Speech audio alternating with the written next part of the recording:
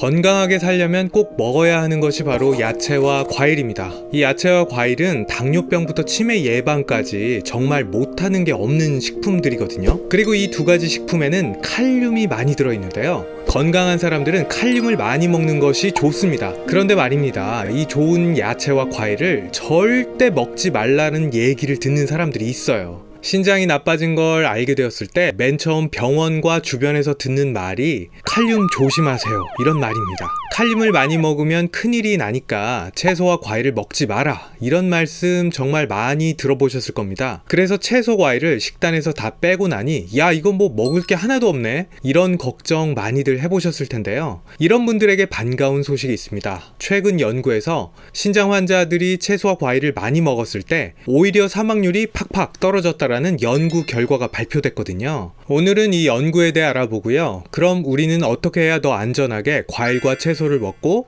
더 건강하게 살 수 있을지에 대해서 말씀드리겠습니다. 사실 인간은 채소와 과일을 먹어야만 살 수가 있어요. 우리는 그렇게 진화를 했습니다. 우리의 아주 오랜 조상들은 나무에서 살았을 것으로 추정하고 있거든요. 이 인류의 초기 단계에서는 주로 나무에 있는 과일과 잎의 새순 등을 주로 먹었을 것으로 추정하고 있어요. 우리가 봄에 봄나물 뜯어 먹듯이 우리 조상들은 나무에서 나는 새순을 뜯어 먹었다는 겁니다.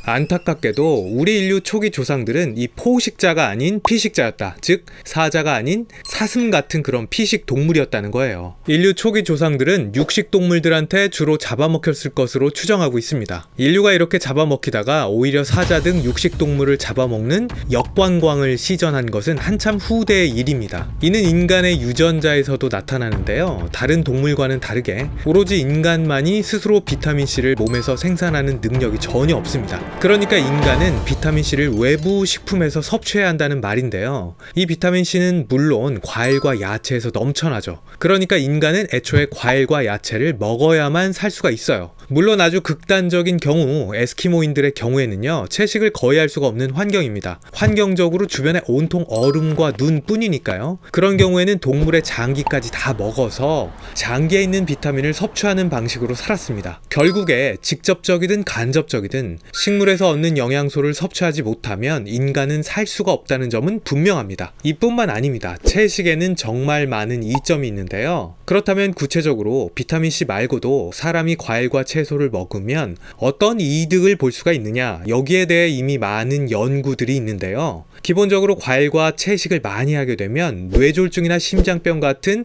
심혈관 질환 발병률이 줄어드는 것으로 나타났습니다. 암이 생길 가능성도 많이 떨어지는 것으로 알려져 있거든요. 이 외에도 채식을 많이 하면 상대적으로 고기를 덜 먹게 되고요. 채식 덕에 고기를 덜 먹으면 신장이 나빠질 가능성도 떨어지고 대장암 발생률도 떨어지게 되겠죠. 그리고 식물에 들어있는 칼륨은 혈압도 잘 떨어뜨리는 것으로 알려져 있습니다. 특히 혈압을 올리는 것으로 알려진 나트륨과 이 칼륨은 정반대로 작용하는 것으로 알려져 있는데요.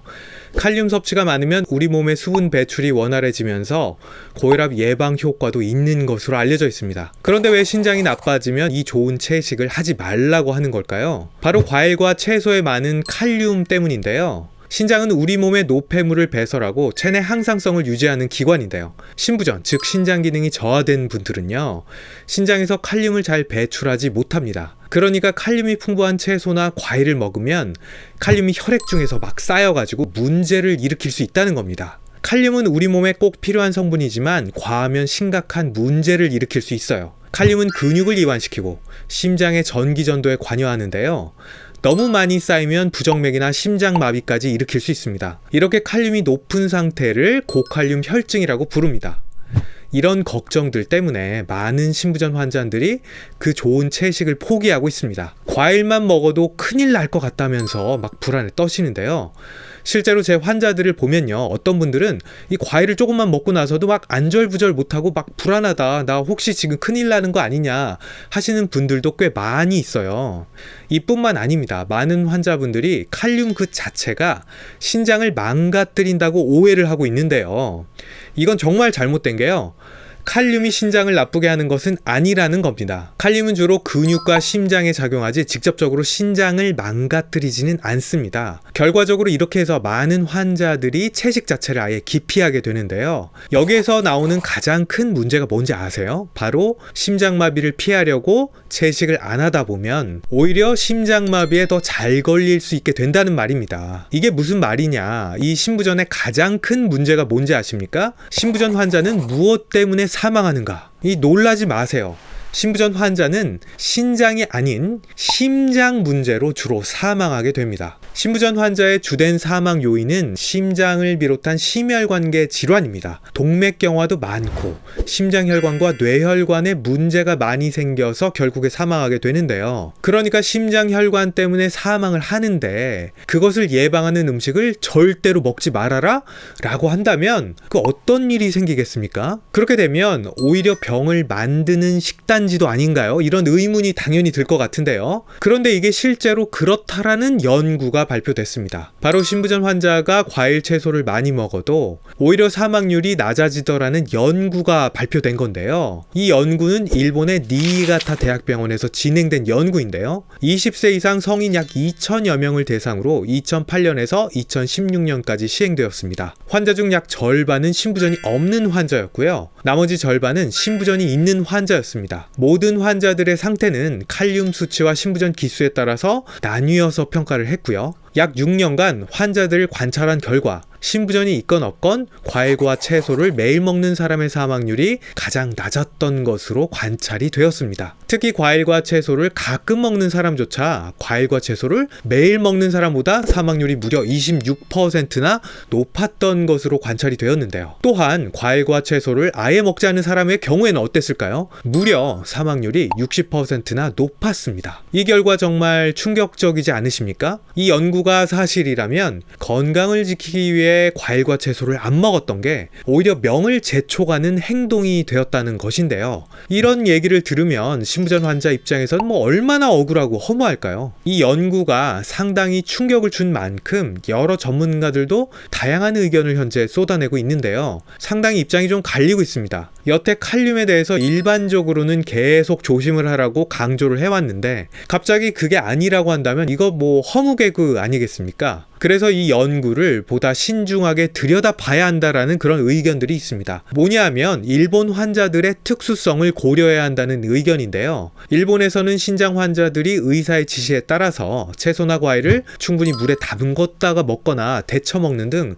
환자 스스로가 칼륨 조심을 이미 많이 하고 있다는 사실이에요. 그러니까 설마 채소나 과일을 어떤 처리도 하지 않고 날로 먹은 건 아니겠지 하는 의심을 하고 있는 것이죠. 그런데 말입니다. 이렇게 위험한 고칼륨 혈증이 사실 신부전 환자에게서 모두 잘 나타나는 그런 증상은 아니라는 사실은 알고 계십니까? 신장이 나빠졌다고 모든 환자가 다 칼륨 수치 걱정을 할 필요는 없다라고 하는 사실이 잘 알려져 있는데요. 칼륨 수치는 신부전 4, 5기와 같은 말기에 가서야 걱정해야 한다고 많은 전문가들이 입을 모으고 말을 하고 있습니다. 그러니까 1기에서 3기까지의 대부분의 신부전 환자들은 사실 칼륨 걱정을 별로 하실 필요가 없습니다. 이 경우 대개 그냥 생채소와 생과일을 드셔도 괜찮은 경우가 절대 다수고요. 간혹 칼륨 수치가 높다면 의사와 상담하셔서 카리메토와 같은 이 칼륨 제거제를 같이 복용하실 것을 권해드립니다. 또한 최근에 제가 다른 영상에서 소개해드린 연구에서도요, 이 채소를 먹어도 혈중 칼륨 수치의 변화가 적더라는 연구 결과를 소개해드린 적이 있는데요. 이 영상은 지금 위쪽을 보시면 클릭해서 보실 수가 있습니다. 만성 신부전 환자가 채소를 먹었을 때 실제로 칼륨 수치 변화가 아주 크게 달라지지는 않더라는 연구들이 있었습니다. 왜 그런 거 하니 칼륨은 결국 장에서 흡수가 되는데요. 사람마다 칼륨의 흡수율이 다 다를 수가 있고요. 채소 속에 들어있는 섬유질이 결국 칼륨의 흡수도 방해를 하는 것이 아닌가 하는 그런 추측 때문입니다. 전문가들도 이렇게 다양한 의견이 있다는 건 알겠는데 그럼 우리는 어떻게 해야 하느냐 말 좀 해달라라는 목소리가 지금 제 귀에도 들리는 것 같은데요. 그래서 제가 오늘 드린 이야기를 종합해서 정리를 한번 해보겠습니다. 첫째, 모든 신부전 환자가 채소와 과일을 극단적으로 줄이시는 것은 신부전에 도움이 되지 않을 가능성이 높습니다. 특히나 채소를 먹어도 칼륨 수치가 잘 올라가지 않는 1기에서 3기까지의 신부전 환자들은 칼륨 수치가 잘 관리가 되고요. 이렇게 높지 않다라는 전제 하에서 채소와 과일을 마음껏 드셔도 됩니다. 둘째, 이미 많이 진행된 신부전 말기인 경우에는요, 이 4기 이상부터는 채소를 드실 때 혈중 칼륨 농도를 체크하면서 드셔야 합니다. 만약 잘 올라가지가 않는다면 채소 양을 유지하거나 양을 약간씩 늘리셔도 좋습니다. 물론 늘릴 때에는 칼륨 수치가 더 나빠지지 않는다라는 전제가 깔려 있겠죠. 셋째, 현재 나온 연구가 일본에서 나왔는데요. 일본 환자들처럼 우리나라 신부전 환자들도 채소를 데쳐 먹거나 물에 담궈서 칼륨을 많이 줄여서 먹는 것은 참 권장할 만한 일인 것 같습니다. 채소를 잘게 썰어서 물에 수시간 담궈서 드시면 칼륨을 약 30% 정도 덜어서 먹을 수 있거든요. 넷째, 그래도 칼륨 수치가 상승하시는 경우에는 즉시 담당 의사와 상담하셔서 카리메토와 같은 칼륨 제거제를 함께 드실 것을 권해드립니다. 이렇게 하고도 안심이 안 되시는 분들을 위해서 칼륨이 적은 음식, 그리고 신장과 몸에 좋은 음식 몇 가지를 제가 꼽아서 알려드릴게요. 첫 번째는 블루베리입니다. 이 블루베리는 정말 신이 내린 음식이라고 할 수 있는데요. 항산화 작용이 풍부한 안토시아닌이 많아서 우리 인체의 염증 반응을 줄여줄 수 있습니다. 블루베리는 당뇨 환자한테도 좋고요. 웬만한 사람한테도 사실 다 좋아요. 최근에 제 환자 한 명도 이 블루베리를 항시 먹어오다가 채소 먹지 말래서 이렇게 끊었다고 합니다. 근데 그 후에 신장 기능이 점차 더 나빠졌다, 뭐 이런 후회 섞인 말씀을 하신 분이 계셨는데요. 블루베리는 정말 좋은 식품이에요. 물론 이 블루베리에도 칼륨이 아예 없는 건 아니기 때문에 이 역시 말기 신부전 환자인 경우에는 칼륨 수치를 체크해 가시면서 드시는 거를 추천해 드립니다. 두 번째는 사과입니다. 사과도 과일 중에서 칼륨이 적은 편에 속하는데요. 사과에 얼만큼의 칼륨이 들었는지는 제가 또 다른 영상에서 소개해 드린 바가 있죠. 궁금하신 분들은 또 바로 위에 영상을 클릭해 주시면 되고요. 세 번째, 푸른 잎채소 먹고 싶은데 칼륨 무서워서 못 먹겠다 하시는 분들은 루꼴라가 대안입니다. 이 루꼴라에는 상대적으로 칼륨이 적게 들어있습니다. 또한 비타민과 항산화 물질이 풍부해서 건강에 참 좋다고 알려져 있습니다. 다섯 번째, 삶은 아스파라거스입니다. 아스파라거스를 삶게 되면요, 이 뽀득뽀득한 채소 느낌을 그대로 받을 수 있으면서도 칼륨은 쫙 빠져 있는데요. 저도 그래서 아스파라거스는 참 종종 먹는데 정말 식감 좋죠. 식감도 좋고 맛도 있고 섬유질도 풍부해서 우리 대장에도 참 좋아요. 그러니까 삶은 아스파라거스는 신부전 환자에게서도 잘만 먹으면 안전하게 먹을 수 있겠죠. 오늘 긴 시간 함께 했는데요. 현재까지 나온 연구들을 보면은 신부전 환자라고 칼륨 때문에 채소와 과일을 전혀 먹지 않는 것은 오히려 건강에 나쁘다라는 그런 연구들이 많이 나와 있습니다. 칼륨 걱정은 신부전 전체 환자 중에 말기 환자에 해당하는 일부에서 문제가 되는 거고요. 그렇기 때문에 본인의 칼륨 수치를 정확히 측정을 하신 후에 병원 의료진의 도움을 받으면서